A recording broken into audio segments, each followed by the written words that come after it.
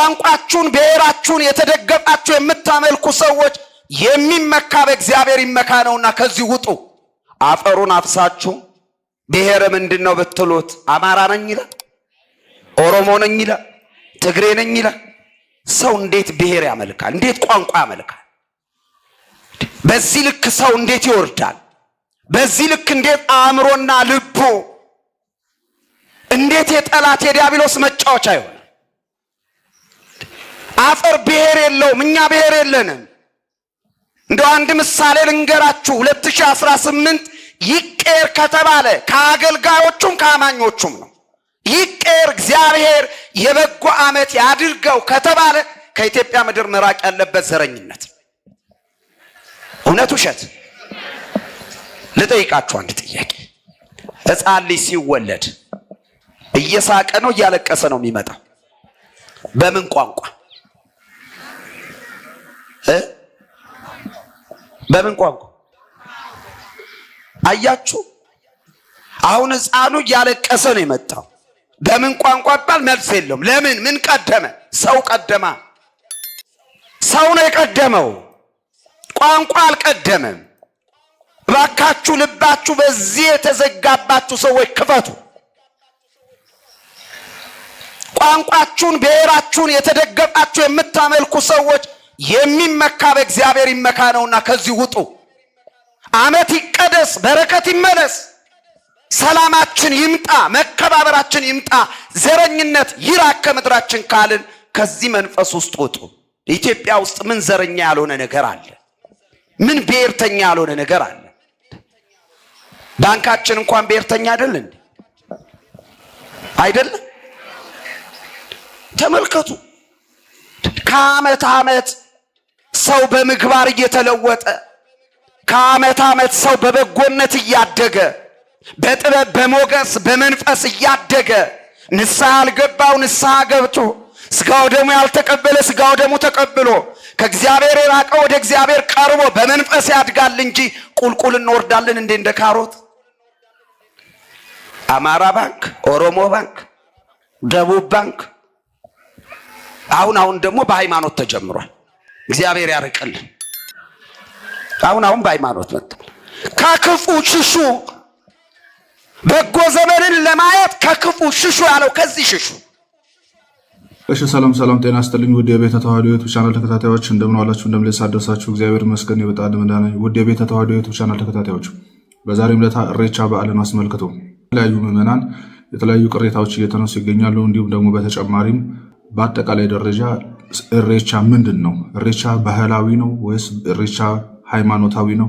ኢሬቻ ሃይማኖታዊ ባህል ነው ወይስ ኢሬቻ ራሱን ችሎ ባህል ነው የሚለውን ሁላ እንመለከታለን። የኢሬቻን ባህል ብቻ ጥቅም ብቻ ሳይሆን ጉዳቱንም ደግሞ የተናገሩ ግለሰቦች አሉ። እሱን በጋራ እንመለከታለን። ሰብስክራይብ፣ ላይክ፣ ሼር እያደረጋችሁ እንድትከታተሉ እየጠየቁኝ አብረን በጋራ እንከታተል። የእኛንትን እግዚአብሔር በፈላ ውሃ በምናምን ይቀጣል አይልም። እግዚአብሔር ለእያንዳንዱ ሰው አያና የሚባል ወይንም ጠባቂ መንፈስ ሰጥተዋል። ሰፉ ስትሰብር ምንድን ነው የሚያደርገው? እግዚአብሔር ጠባቂውን ያነሳል። ጠባቂውን ሲያነሳ አደጋ ላይ ትወድቃለህ እንጂ እግዚአብሔር ይሄን ስላጠፋ እንዲቀጣሃለውም አይልም። ጀስት ሰፉን ወይ አያና እንደ ትራፊክ ውሰደው። ትራፊክ መኪና ያጋጫል እንዴ? አያጋጭም እኮ። ግን እሱ እዛ ባለመኖሩ መኪና ይጋጫል። ሰፉ እንደዛ አይነት ነገር ነው። አንተ አውቄት ታከብራለህ፣ እሱን ከጣስክ ትጎዳለህ ነው። ስለዚህ ኦሮሞ የሚለው በምድር ላይ ሰፉ አክብር፣ እግዚአብሔር ይወዳል፣ በሰላም ትኖራለህ። እሱን ከጠበርክ ግን በምድር ላይ ችግር ይገጥመሃል። ነፍስህ ላይ ግን እግዚአብሔር ምን እንደሚያደርግ አናውቅም። የምድሩንም ብዙ አናውቅም። እዛ ምን አሳወቀኝ? የሚያደርገው ነገር አለው፣ ይከታተላል። ምን ይላል መሰለህ? ጾታን ከምድር እውነትን ከሰማይ ከእግዚአብሔር መደበቅ አይቻልም። ቃመ ለፈን ዶክሰኒ ዱጋ ዋቀን ዶክሰኒ ይላል። እውነትን ከእግዚአብሔር መደበቅ አትችልም፣ አትሸውድም። ልክ ስንጸዳዳው ከታች ይታያል አይደለም? ሰውነትህን ከምድር መደበቅ የማትችል ከእግዚአብሔርም እውነት መደበቅ አትችልም። ስለዚህ አትዋሽ፣ አትስረቅ፣ ወይም በጠቅላላ ሰፉ አትስበር ነው። እና ሰማይ ቤት እንገባለን ብለን ብዙ የምናደርገው ተስፋ የለም። እዚሁ ሰፉ አክብሬን በሰላም ስንኖር፣ እዛ ግን ጥያቄ አለ ይላል። ነፍስ በኋላ ትጠየቃለች። ተጠይቃ ምን ታደርጋል? ምን ያደርጋታል? እሱ ነው የሚያውቀው። መጠየቋን ብቻ ነው። ይህን ነው ማለት የፈለግኩት። እሺ እንግዲህ የተወደዳችሁ እግዚአብሔር ቤተሰቦች የተሰማችሁትን ይመስላል።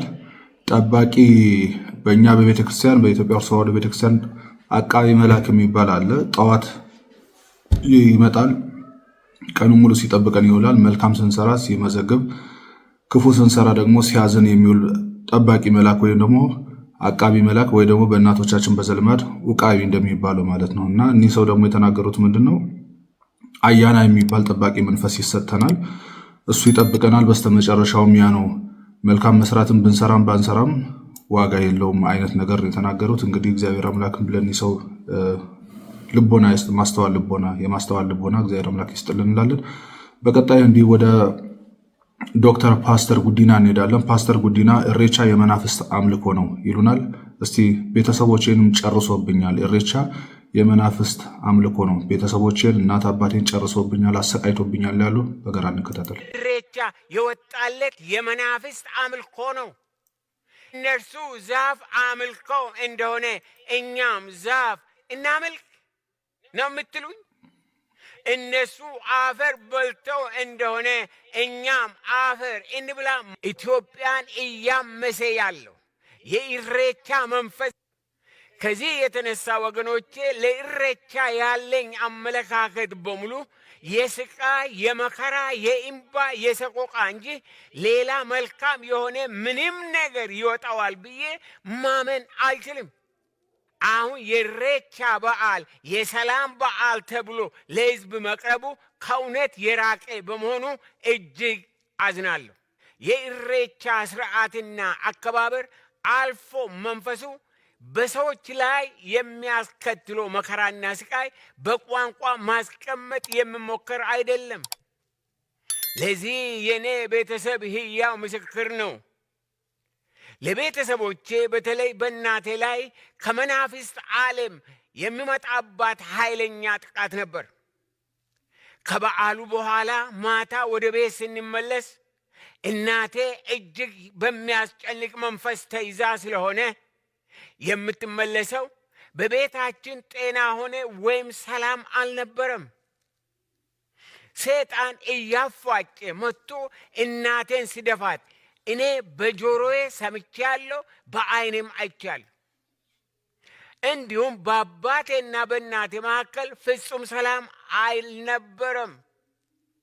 ይህ በእናቴ ብቻ ሳይሆን በዛ ለአምልኮ በተገኙ ሴቶች ሁሉ በየቤታቸው የሚያልፉበት የጓዳ ስቃይና ሰቆቃ እንደነበር እንሰማ ነበረ። መንፈሱ የሚሰራው በህብረተሰብ መካከል ሰላም እንዳይኖር ጭቅጭቅና አምባጓሮ በማስነሳት ነው። ስለሆነም በህብረተሰቡ መካከል ልባዊ መያያዝ አልነበረም። ይህን ሁሉ እያየሁ አድጌ አሁን የኢሬቻ በዓል የሰላም በዓል ተብሎ ለሕዝብ መቅረቡ ከእውነት የራቀ በመሆኑ እጅግ አዝናለሁ። በዛን ጊዜ በህብረተሰባችን መካከል በኢሬቻ አከባበር የሚያስተላልፈው ቃልቻ ሁሉን ያውቃል ተብሎ ስለሚታሰብ ትልቅ ስልጣን ነበረው። ስለሆነም በአካባቢው ለሚወለዱት ሕፃናት ስም ያወጣላቸው ዘንድ ወደ እርሱ ይወሰዳሉ። ስም ካወጣላቸው በኋላ የወደፊት ዕድላቸውን ምን እንደሚሆን በጥንቆላ ይነግራቸው ነበር። ከወላጆቼ የተወለዱት የመጀመሪያዎቹ 3ቱ ሕፃናት ሲወለዱ ወደ ቃልቻው ቤት ተወስደው ስም ከወጣላቸውና በኑሯቸው ምን እንደሚገጥማቸው ከጠነቆለላቸው በኋላ ሕፃናቱ ልክ ከቃልቻው ቤት ሲወጡ ወደ ቤት ሳይደርሱ በቅጽበት በመንገድ ላይ እያሉ እያንዳንዳቸው እንደሞቱ ወላጆቼ በእንባና በመራራ ሐዘን ውስጥ ሆነው ሲያወሩ ይሰማ ነበር።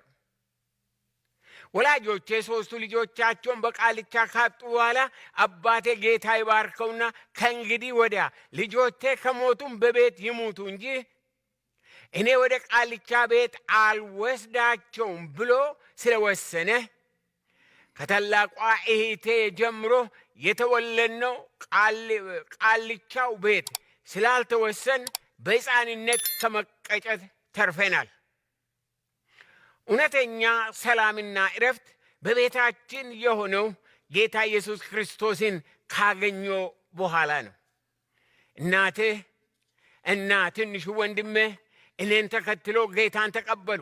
ከዚህም የተነሳ እናቴ ከታሰረችበት አጋንንታዊ አሰራር ጌታ ነፃ አውጥቷት በቤታችን ትልቅ ዕረፍትና ሰላም ሆነ።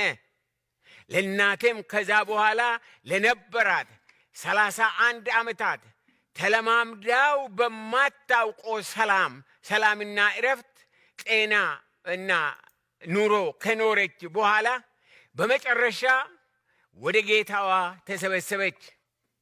ከዚህ የተነሳ ወገኖቼ ለኢሬቻ ያለኝ አመለካከት በሙሉ የስቃይ፣ የመከራ፣ የእንባ፣ የሰቆቃ እንጂ ሌላ መልካም የሆነ ምንም ነገር ይወጣዋል ብዬ ማመን አልችልም።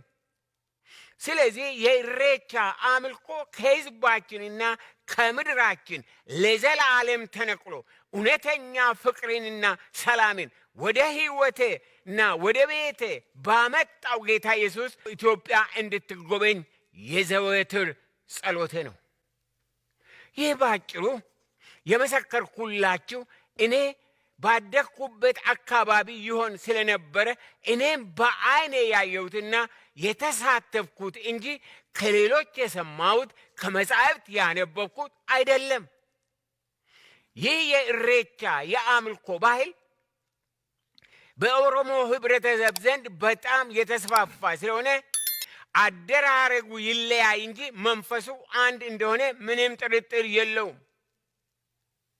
በነገራችን ላይ ኢትዮጵያን እያመሰ ያለው የኢሬቻ መንፈስ ይህን ሁሉ በሕይወቴ የሆነውንና በዓይኔ ያየሁትን ለመመስከር ያነሳሳኝ በአሁኑ ጊዜ በምድራችን ኢሬቻ እንደ አዲስ እንቅስቃሴ ሆኖ የሕዝቡን በተለይም የኦሮሞ ልብ እየሳበ መሆኑን እየተረዳው ስለመጣው ነው።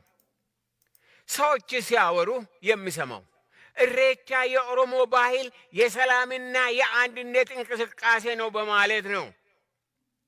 ወገኖቼ እንደ ማንኛውም እንደ አገር ተቆርቋሪ የማሳስበው ነገር ለኦሮሞ ሕዝብ ይህም ባህል አስታኮ የሰላም እንቅስቃሴ አስመስሎ ሰላም የማያውቀውን የኢሬቻን በዓል ለሕዝብ ማቅረብ ሕዝባችንን ማለቂያ ወደማይኖረው ዋይታና ችግር ማስገባት ጥያቄ ለእያንዳንዳችሁ ነው። ኢሬቻ ሰላምን የሚያመጣ ከሆነ የኦሮሞ ሕዝብ አንድ በመሆን ለኢትዮጵያ ሕዝብ እንዴት ምሳሌ መሆን አልቻሉም? እንዴት አቃተን? ዛሬ በምድራችን እየሆነ ያለውን ብንመለከት የኦሮሞ ደም በኦሮሞዎች እየፈሰሰ እንደሆነ እንዴት ማስተዋላችን ተወሰደብን? ስለሆነም ኢሬቻ የኦሮሞን ደም ለማፍሰስ ካልሆነ ለኦሮሞ አንድነትና እድገት ምንም ፋይዳ የለውም።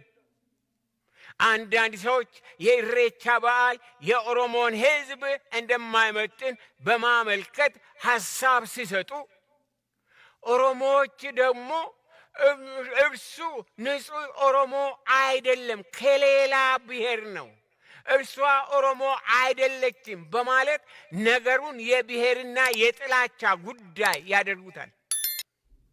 እኔ ንጹሕና ፍጹም ኦሮሞ ነኝ፣ ብመረመር የጌታ ኢየሱስ ክርስቶስ መንፈሳዊ ዲኤንኤ ካልሆነ በስተቀር ሌላ ምንም ድብልቅ የለብኝም።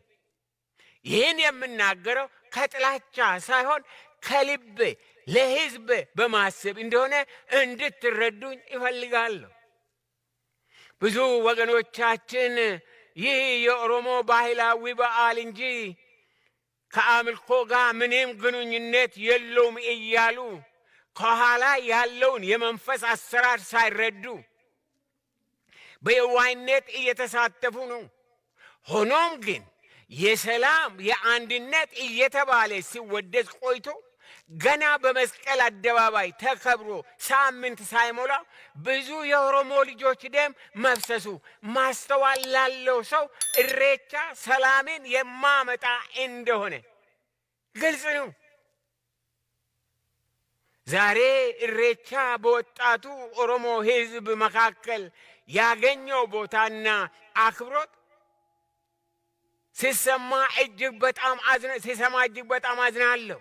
የኢሬቻን በዓል ማክበር ምንም የለበትም በማለት ከጨለማው ስራ ጋር መተባበር ውድ ሕይወት ዋጋ እንደሚያስከፍል እንዳንረሳ በፍቅርና በትህትና አሳስባችኋለሁ።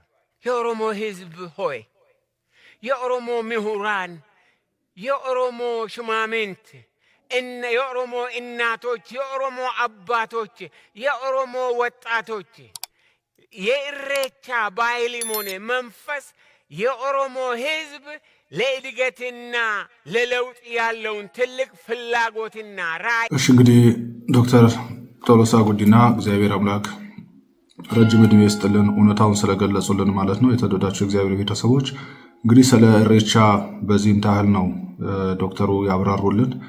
ታሪክ ተመራምሮ ወይ ደግሞ ታሪክ አውቀው ሳይሆን በራሳቸው ከደረሰባቸው ነገርና በራሳቸው ካዩት ሁኔታ አንጻር ቤተሰቦቻቸውም ራሳቸውም ላይ ከደረሰባቸው ሁኔታ አንጻር ነው።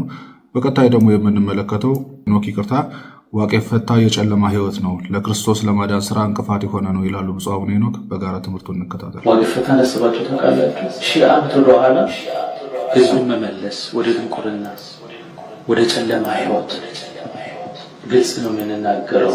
የሃይማኖት አባስ ነው።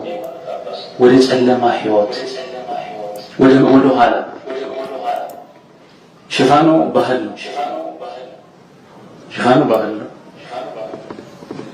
ወደ ውስጥ ገባ ብላችሁ ገቡ ስታዩ ጣዖት ነው። ያሳዝናል። ለክርስቶስ የማዳን ስራ እንቅፋት የሆነ ስብስብ የኦሪቱ ስርዓት ነው ይመስላል። ግባሹ ዋቄፈና ሰዱሪ ከኩሞ ፋኪስ ተሰጡር አዲስ ኪዳን ነው። የአዲስ ኪዳን ልጆች ነን። የዘላለም ሕይወት የሚያወርሰን አንድ ጌታ ዋጋ ከፍሎ የሰው ልጆችን በፍቅሩ ያዳነ የሱን አሰራር የሱን አገልግሎት የከፈለው ዋጋ በዜሮ የሚያባዛ ነው ሀገራችን ላይ እየተሰራ ያለው። ያሳዝናል። የኦሮሞ ሕዝብ እንደ ቤተ ሙከራ ታየው። ማን ነው ይሄን እውነት የሚናገር? ማን ነው ይሄን እውነት የሚገልጥ? ማን አለ? ጳጳስ ነው? ቄስ ነው? ሰባኪ ነው? ሁሉም ዝም ብለዋል። ትውልዱ ግን እያለቀ ብዙ ምስጢር አለ። በርፍቻ ስም የሚደረገው ቅድም ብያቸው ሽፋኑ ባህል ነው። ክርስቲያን ሆነው ክርስቲያንን ብለው ይሄ ነገር ሲነገር የሚቆጠቁጣቸው ራሳቸውን የሚያማቸው ሰዎች አሉ። ይመማቸው በምን ጭንቅላታቸው የፈነዳም የራሳቸው ጉዳይ። እውነት ነው የምንናገረው። ወደንም ጠላንም ያለ ክርስቶስ የዘላለም ሕይወት የለም። የዘላለም ሕይወት የሚሰጥ እሱ ነው። በ40 ቀን በ80 ቀን ያገኘንን ልጅነት በዚህ በጣዖት አሰራር ግን እያጣ ከኛው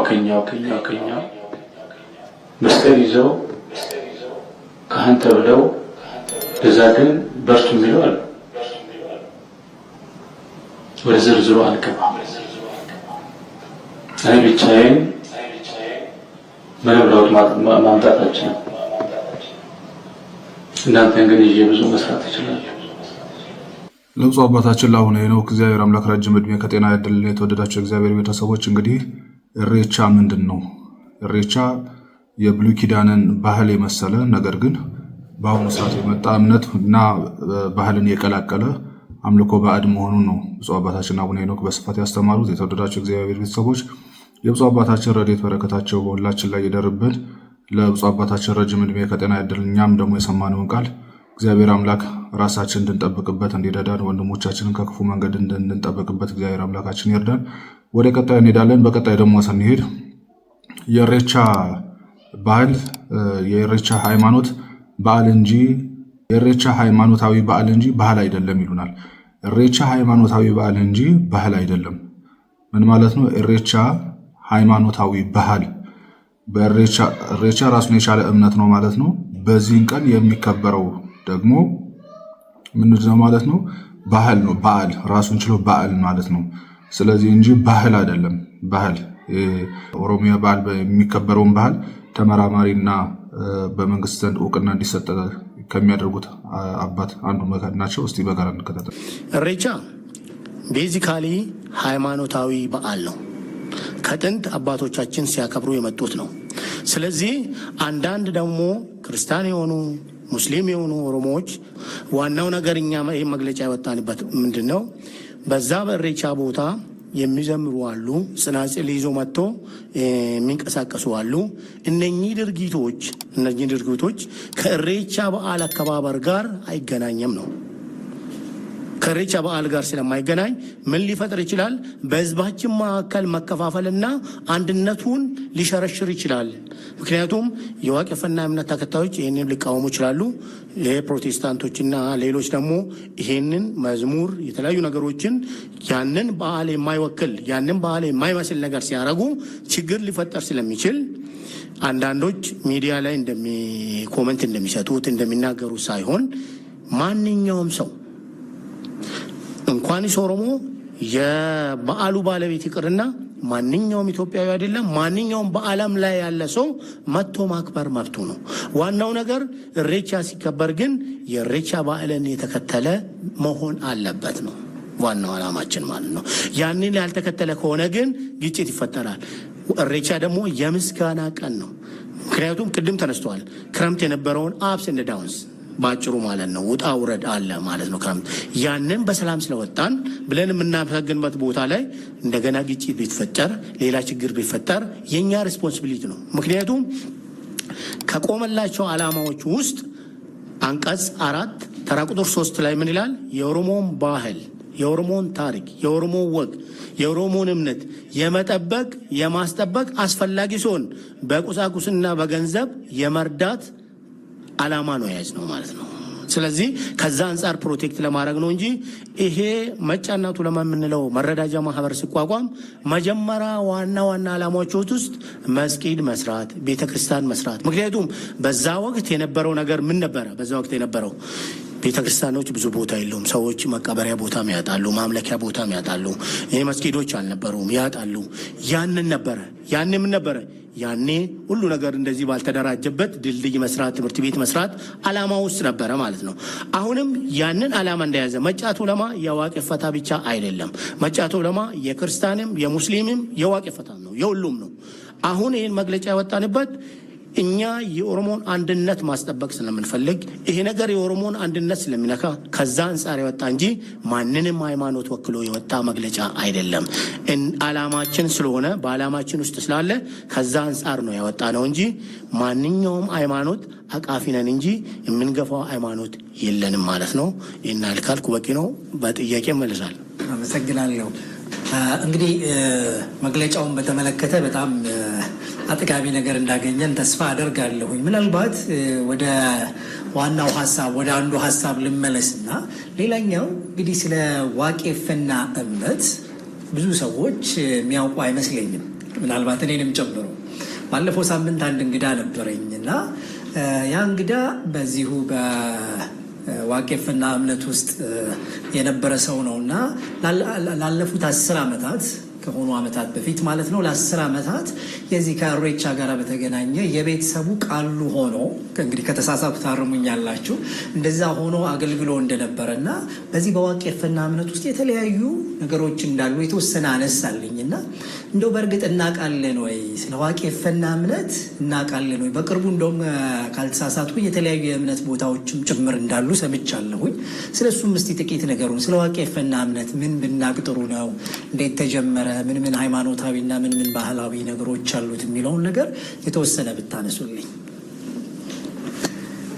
እሺ፣ አመሰግናለሁ። ይሄ እድል ተገኝቶም ይሄን ማብራሪያ መስጠት ራሱ ደስ የሚል ነገር ነው። በእውነት ብዙ ሰው አያውቅም። ዋቄፈና በጥንት ከክርስትና ከእስልምና ሃይማኖት በፊት የነበረ የኩሽ ህዝብ ጥቁሩ ህዝብ ነው ማቁ ሌላውም ሊኖረው ይችላል። ፈጣሪውን የሚያመሰግንበት ዋቃ ማለት አንድ ነው፣ አምላክ ማለት ነው።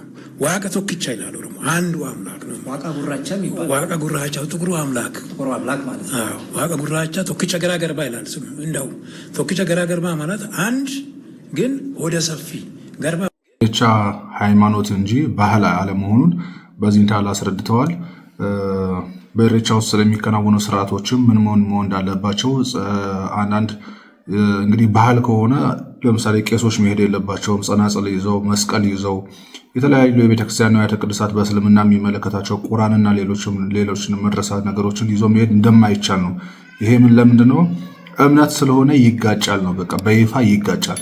ስለዚህ ይዞ መንቀሳቀስ መሄድ አይቻልም በዛ አካባቢ ማለት ነው። እኔ አባት ያስረዱን ማለት ነው። የተወደዳችሁ የእግዚአብሔር ቤተሰቦች እንግዲህ እምነትን ከባህል ባህልን ከሃይማኖት እንዴት መለየት እንዳለብን ማስተዋል መቻል መንቃት እንዳለብን ነው። በመጨረሻው ሰዓት ንቁ ይላል መጽሐፍ ቅዱሱ። ብዙ ሐሰተኞች በስሜ ይመጣሉ፣ ብዙ ሐሰተኞች ይከሰታሉ ይላል። እንግዲህ መጽሐፍ ቅዱስ የተወደዳችሁ የእግዚአብሔር ቤተሰቦች ሰብስክራይብ፣ ላይክ፣ ሼር እያደረጋችሁ እንድትከታተሉን እጠይቃለሁ። የኢየሱስ ክርስቶስ ትምህርት ራሱ ዋቄፈና ነው። የዋቄፈናን ትምህርት ነው ሲያስፋፋ የነበረው ይላሉ። እንግዲህ ተመራማሪ ዶክተር ናቸው። ሰሞኑን ብዙ ሚዲያ ላይ ኢንተርቪው ሲደረጉ ሰምታቸው ሊሆን ይችላል። አብረን በጋራ እንከታተላቸው። ኢየሱስ ክርስቶስ ማስተማር በሚጀምርበት ጊዜ ምንም ከዋቄፈና የተለየ ነገር አላስተማረም። ምንጩም ከዛ ስለሆነ ኢየሱስ ክርስቶስ አስተምሮ የዋቄፈና ነበር ማለት ነው። የኢየሱስ ክርስቶስ አስተምህሮት ከዋቄፈና የተቀዳ ነው እያሉ ነው ዶክተር? የስ ማስረጃ። በጣም ጥሩ። ወይ እኔ የተወሰነ እሰጥሃለሁ፣ አንተም እሱ ካስተማራቸው ውስጥ የሆነውን ብትጠቅስ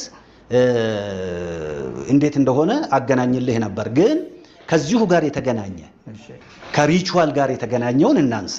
አሁን ነው ብጥብጡ የተጀመረው። እሺ፣ ከሪቹዋል ጋር የተገናኘውን ብናነሳ ኢየሱስ ክርስቶስ ሪቹዋል ከኔ ውጭ አታምልኩ ብሎ ረግሟል፣ አልተቀበለም ብለው አዛብቶ ኢንተርፕሬት የሚያደርጉ ሰባኪዎች ተናግሮ ሰዎች በዚህ ውስጥ ነው ያሉት። በኋላ መቼ ነው የተወሰነው እሱንም የሚለውን እናያለን። ፈርስት ኦፍ ኦል ኢየሱስ ክርስቶስ ሪቹዋል አታድርጉ አላለም። የትም ቦታ ብትሄድ የምታደርጉትን ሪቹዋል ስታደርጉ ከልብ መሆን አለበት፣ መንፈሳዊነት መኖር አለበት። ላይምሰል መደረግ የለበትም፣ ፍቅር ሊኖርበት ይገባል ነው ያለው። ይሄ ደግሞ ትልቁ የዋቄፈና እሴት ነው። አሁን የምታየው መጀመሪያ ሰው ታርቆ ነው የሚሄደው፣ ቁርሾ ይዞ አይሄድም። የሚሄደው ከልቡ ፈጣሪን ለማመስገን ነው፣ ለማስመሰል አይደለም። ስለዚህ ኢየሱስ ያስተማረው ያለው ለማስመሰል አትስሩ፣ ልባችሁ ፈጣሪ ጋር ይሁን ይሄንን ሲሰሩ እንጂ ዝም ብላችሁ ለመብላት ለመጠጣት ለፈንጠዝያ መሆን የለበትም። ምናልባት ዶክተር የምታደርጉትን ነገር ባለማስመሰል በፍቅር ምናምን ማድረግ ጥሩ ነገር ነው እሱ በራሱ። ግን መጀመሪያ መቼስ የምናደርግለት ማን ነው የሚለው ነው አይደል የሚቀድመው? ፈጣሪ ነው። እሱ ፈጣሪ ምን አይነት ፈጣሪ ነው? እንዴት ፈጣሪ? ስንት ፈጣሪ አለ እኮ።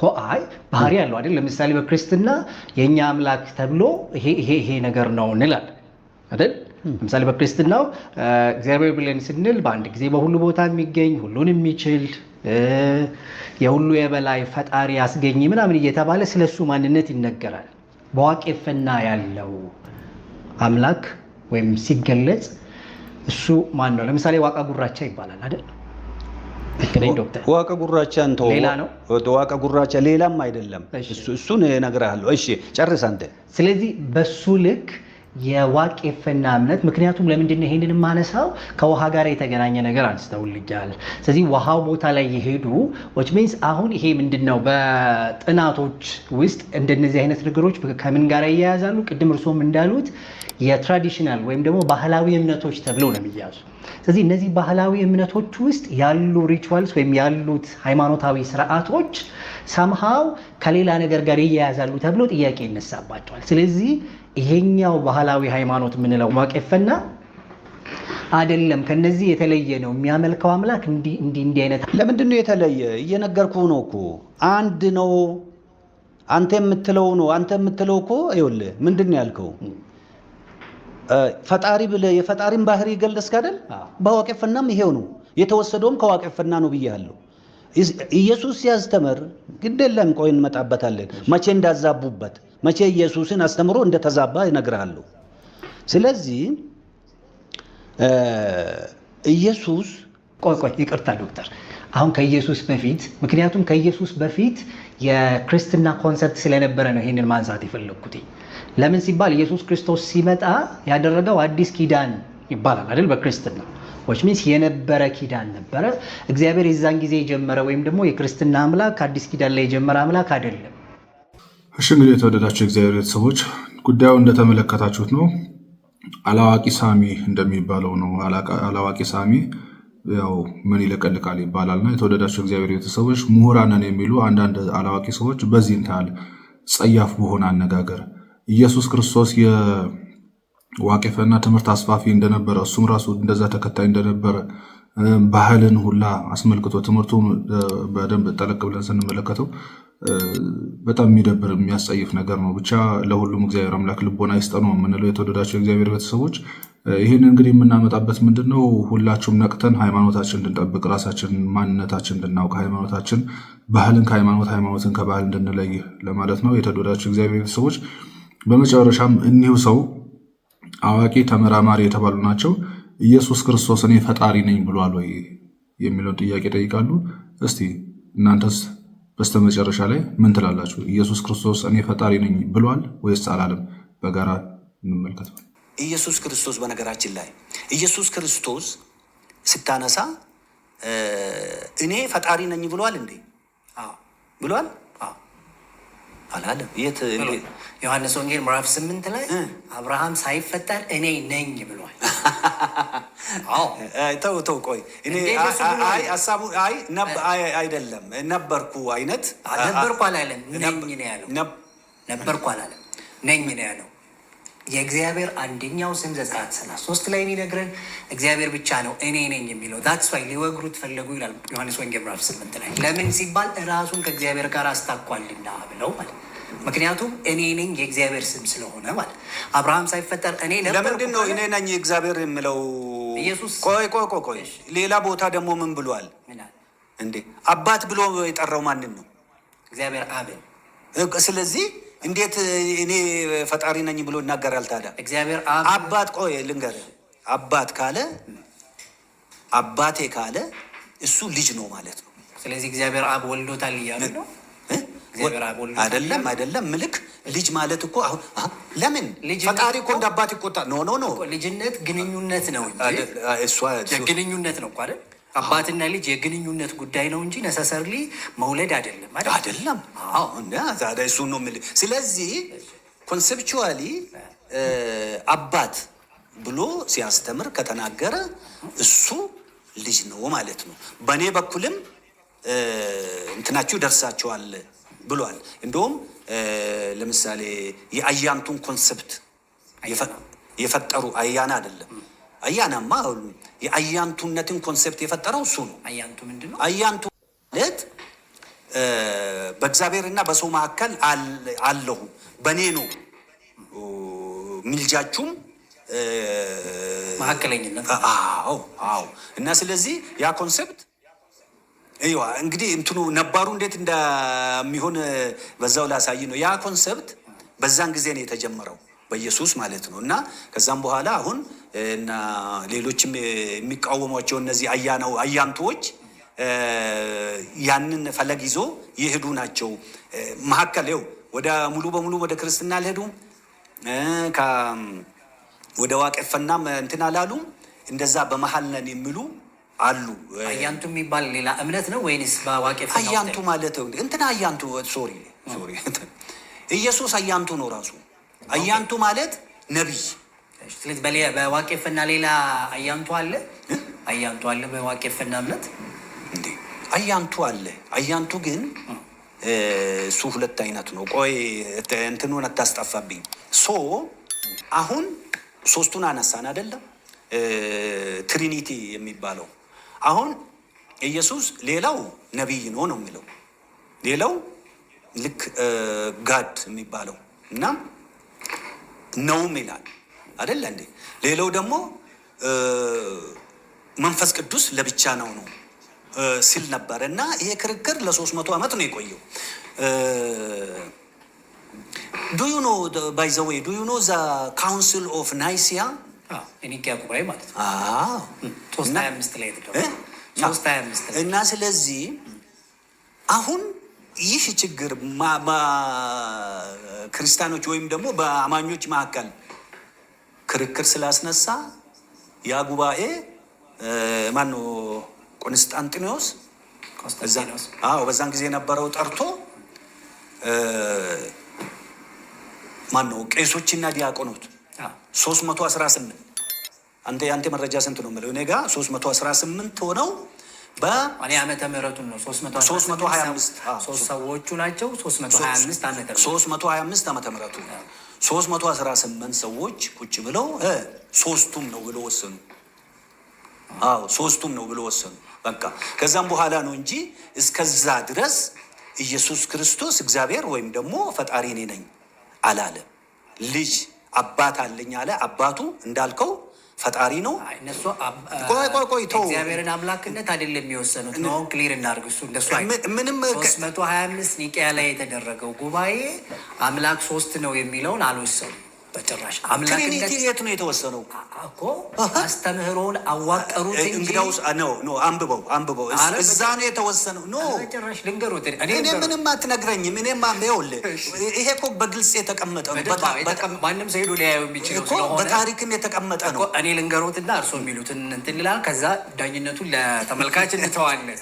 325 ላይ አምላክ ናቸው 3 ናቸው ምናምን የሚለውን ሳይሆን ቅዱሳት መጽሐፍት የሚናገሩትን ነገር አዋቅረው ይሄ ሲስተማታይዝ አድርገው ማለት ነው። ለምሳሌ ዘፍጥረት ላይ የተጻፈውን ዘጸአት ላይ ምናምን ብለን በብሉይ ኪዳን በነቢያት መጽሐፍት ምናምን ውስጥ ያለውን በወንጌላት ውስጥ ያለውን ጨምቀው አጠቃላይ መጽሐፉ ስለ እግዚአብሔር ይሄንን ይነግረናል።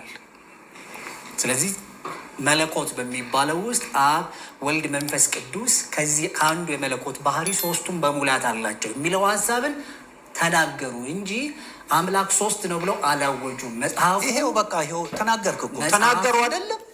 ከዛም በኋላ በቃ ጸና። እሺ እንግዲህ የተወደዳችሁ እግዚአብሔር ቤተሰቦች ይህንን ይመስላል ማለት ነው። እንግዲህ አንድ ሰው አውቃለሁ የሚል ሰው የራሱን ሳያውቅ እንዴት የሰውን ገብቶ ይፈተፍታል?